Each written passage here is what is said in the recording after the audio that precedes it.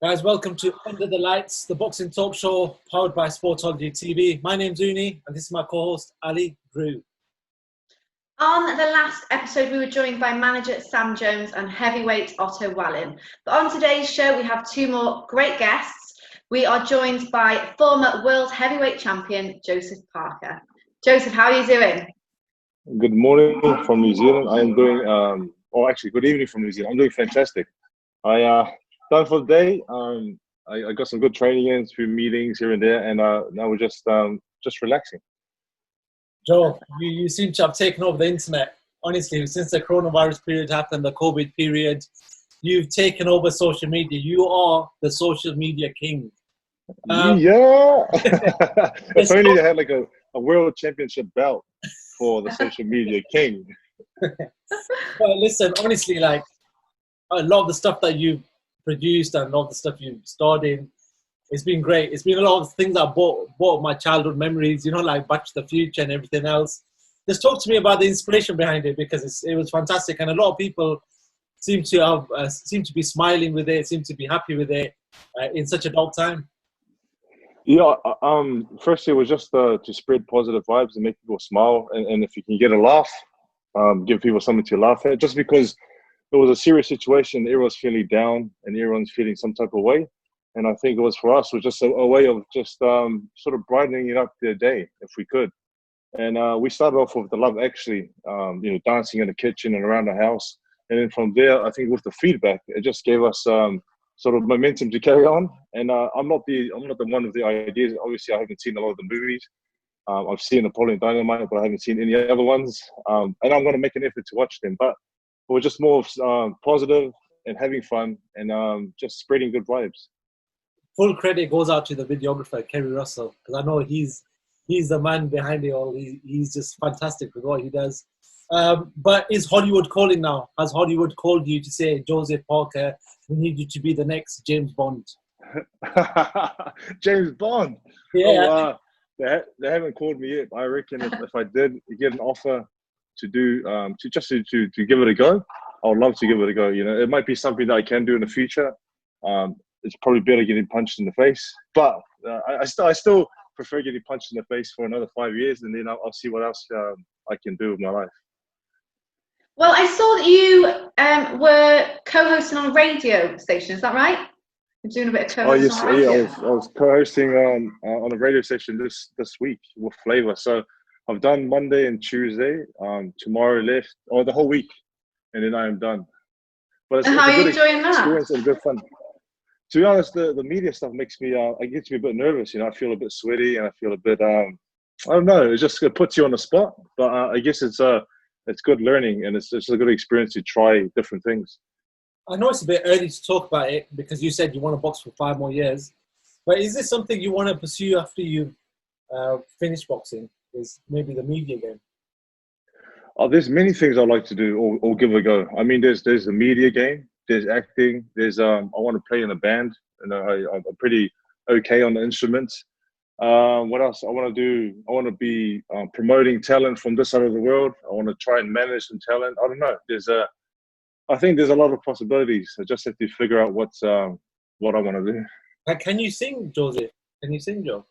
Most definitely. So oh no, you can't. Because I was going to say you and Tyson Fury could actually just pull out a single, because Tyson Fury is fantastic when it comes to singing as well. Yeah, he can sing, and I reckon I play the drums, the piano, guitar, and we're on. We got one good band, or a 2-man band.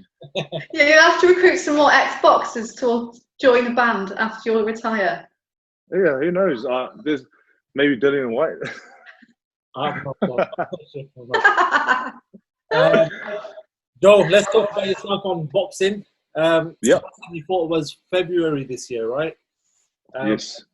Unfortunately, the world went into lockdown. The world went into this dark sort of period that we've been in. But it seems that boxing seems to be coming back slowly but surely behind closed doors.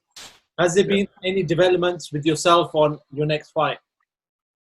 At the moment, we're just, with Matchroom, I don't think we're able to fight just because of the situation that's happening, with the travel. And I've been keen to fight in the UK or the US. I've already been vocal about it to the promoter. So I think I'm waiting on them to try and make something happen. And I'm keen to fight. Like I said before, I've been staying in shape, training twice a day. My weight's pretty good. And I just need a fight. So at the moment, our team in New Zealand's working on something here. But then again, Junior Far hasn't agreed to the fight yet, even though we've offered him the money he wants. And, there's just a few things we're trying to work out. So that's not off the cards. It's just you're still trying to work it out. It's not off the cards yet. It's just we're trying to figure out what's going to make him happy and what's going to make him sign the contract.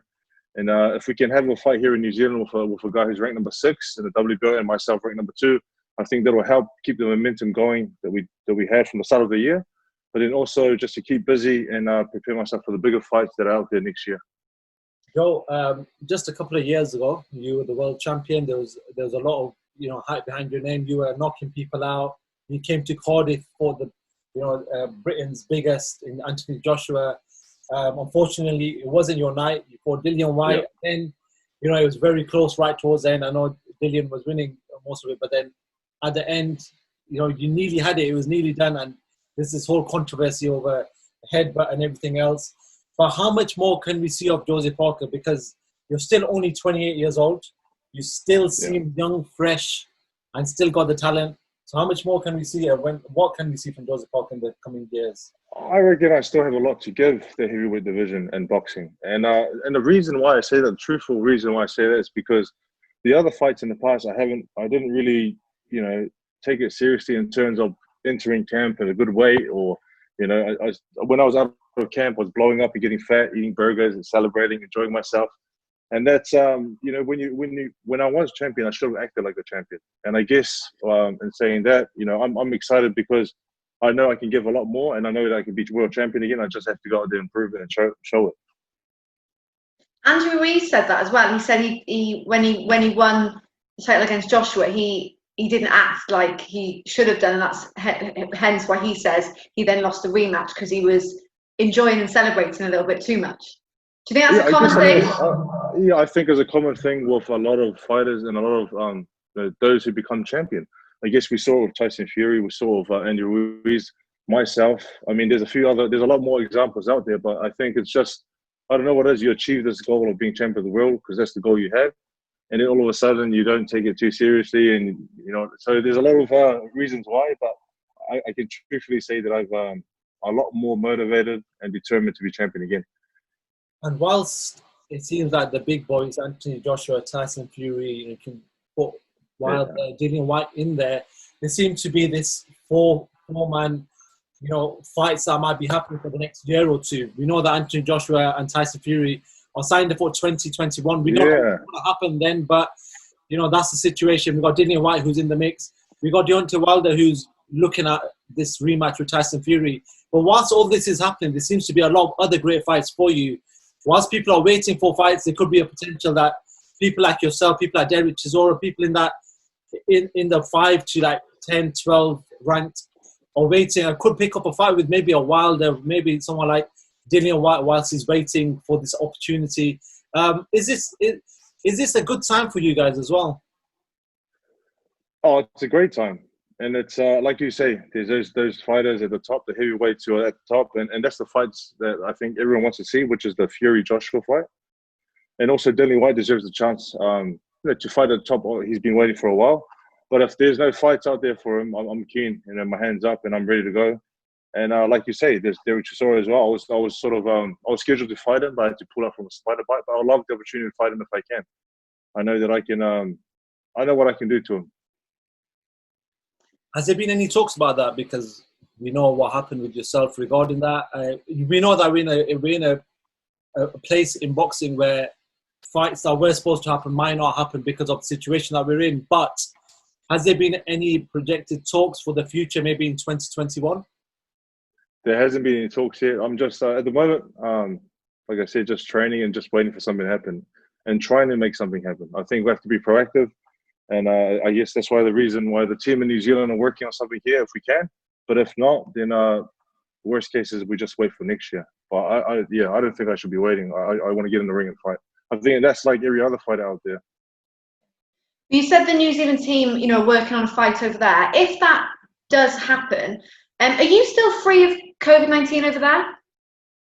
We're still free of COVID-19 over here, thank God. I mean, does that mean that you wouldn't be behind closed doors then? No, we can have a big crowd here in New Zealand. You know, how much does that spur you guys on? Like, as a fighter, to have a crowd there, to have people shouting your name.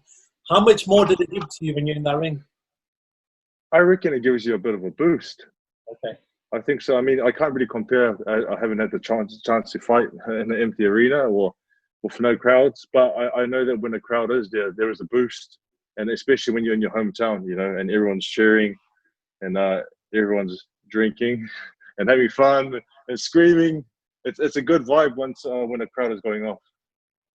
And what do you think about the behind closed doors events that have been on? Have you watched them and sort of what do you make of them?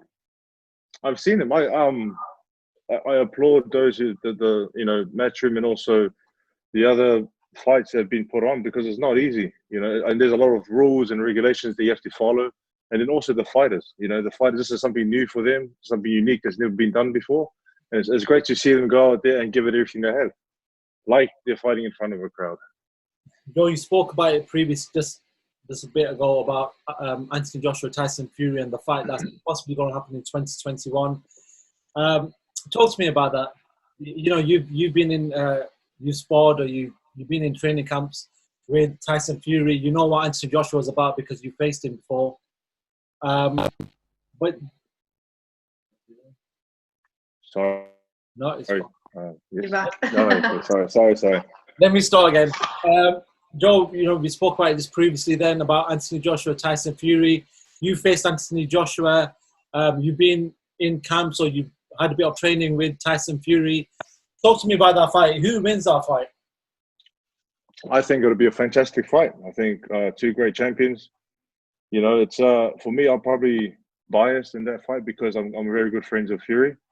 I'm pretty close to him, so I know that he'll. You know, I believe that he'll win, and I back him. And then again, I'm biased as well. But I think it'll be a great contest. I think it's one of those fights that everyone wants to see. It should happen. We want to make it happen. But I guess we just have to wait and see. I think it is. You know, I mean, like you say, it's already locked in. We just have to wait for that Fury and Wilder fight to be over. And talking about your sort of friendship with Fury, I saw you come on to his morning workouts. Yeah, you and your missus. How did you find that? To be honest, it was quite challenging. It was late at night here in New Zealand, and I worked up a good sweat. So I was like triple shower that day. Seriously, I've done a couple of them. They're hard. I've like taken part in some. They're quite difficult. Paris does all of them. I'm surprised. Like, it doesn't seem hard, but when you're doing it, it's like, oh wow, okay, I see. Just going back to that then, Dillian Whyte is another name, and he's been waiting a long time. I think, you know, the WBC have said that he needs to face Tyson Fury very soon. Do you see Dillian Whyte upsetting the apple cart and, you know, taking the belts off Tyson Fury when they face each other? What happened? Did he? The WBC have called for Dillian Whyte to face Tyson Fury because he's a mandatory for the WBC title. Yeah. Do you see him upsetting the apple cart? Do you see him upsetting the odds and beating Tyson Fury? Listen, he has a big chance. You know, like every heavyweight, every fighter, there's always a chance. And I guess everyone sees Tyson Fury as the dominant fighter in that fight. But I guess with his style, you know, Dillian Whyte and being aggressive and just being rough, I think he might have a chance. You know, and he backs himself. And he's been calling for that fight for a long time. He's been calling for all the big fights for a long time. And I've been calling for him. Yeah. Do you think, because there is at the moment a few fights that need to happen before Fury AJ will happen. Do you think there will be an upset at any point, or do you think that even if there was, it will stop that fight eventually happening, or do you think that sort of happen anyway because we've been waiting so long for it? I think that fight will happen anyway. I think it's just a fight that everyone wants to see, and I mean, it'll be awesome if they both win through their fights and won and continue winning and then setting up that massive fight. But I think if one of them loses, it's still a big fight to happen and to make. You know what, Joe? It's been a crazy 2020, and it doesn't get any crazier when Mike Tyson announces his comeback. Yeah. I know it's been postponed till November now, but what do you make of this whole Mike Tyson, Roy Jones Jr. super veteran clash? What do you make of all of this? I guess these are two legends in the sport, you know, and these are two legends in their prime time. They were both very dangerous fighters.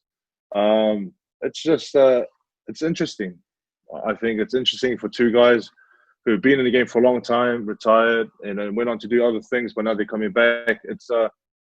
I'm actually intrigued to see what happens. I mean, you know, I don't think they should be fighting just because of age and we're not quite sure where they are in life and you know what I mean, but or health wise. But I'm just interested to see how it'll play out. Are you pleased that it's an exhibition fight? You know, do you think it will be that when it actually comes to it? Because it's easy to say that's what it's going to be, but then these two, I imagine, are still very competitive. So is that actually going to be what happens? I think we'll say it's an exhibition, but when you're in the ring, it never feels like an exhibition. I've done that a few times in amateurs, and I went hard. But like they say, you always have a game plan until you get hit, and I think that's when a lot of people sort of, it might be a nice, you know, exhibition until somebody gets hit, and then it might just turn into an all-out brawl. Oh yeah! As soon as you get hit in the face or the body and it hurts, you want to give it straight back. So, I mean, and they both can punch. They both, you know, it looks like from the training videos that they're both preparing very well and putting a lot into it. Mike Tyson just looks like an absolute animal at the age of 48. His physique. 53. His physique, his movement, his speed, you know, dodging and weaving, and it's incredible. It's very. When I'm that age, I want to be moving as fast as him. It's very easy for a fan to get excited when they see the training videos. Oh yeah, and like I said before, I'm very excited to see it just because of the training videos I've seen. Fair enough. Do you think it's going to start? I think it already has, but do you think it's going to start the precedent of more fighters thinking, yeah, I could relive my heyday, I could come back? Oscar De La Hoya, for example, has said he's going to watch the Mike Tyson comeback and then possibly come back himself. But I think he doesn't want an exhibition fight. He actually wants to come back and compete. Yeah, this will definitely open the doors for fighters, past fighters, to think that they can make a comeback. I don't think they should. You know, once if I see myself in the future retiring, I want to retire and not come back at all. I want to do something else. What about if Lennox Lewis gave you a call and said, listen, Joe, I want to come back, I want to face you? I'll say, show me the money. Lennox is one of my idols. Like I looked up to him, or I still do, and I love his style and what he did. Fought as a big man, being champion. You know, he lost to was it 2 or 3 losses? 2 losses, and he came back and beat the guys who he lost to. So I've always loved his style and him as a champion. Retiring at the top, the champ. Cool. Joe, it's been a pleasure having you on. It's been great having you on. Hopefully at some point when boxing resumes and when you've got your next fight announced, we can talk to you again. In the meantime, keep entertaining the people. I know Hollywood is calling. If anyone's watching from any Hollywood execs, give us a call. We'll get Joe. Can you give me I'm sure you can help me with a contract or give me some sort of gig. I know you can. I believe in you. That's it. So just give us a call. We can get this sorted. There you go. But yeah, thank you very much. Yeah. Thanks for having me on. And once this is all cleared, I look forward to catching up. Perfect. Really appreciate it, Joe. Thank you. Great to have Joseph Parker joining us for part 1 of the show. Make sure you stay tuned for part 2. We have another great guest, manager and coach David Caldwell, joining us.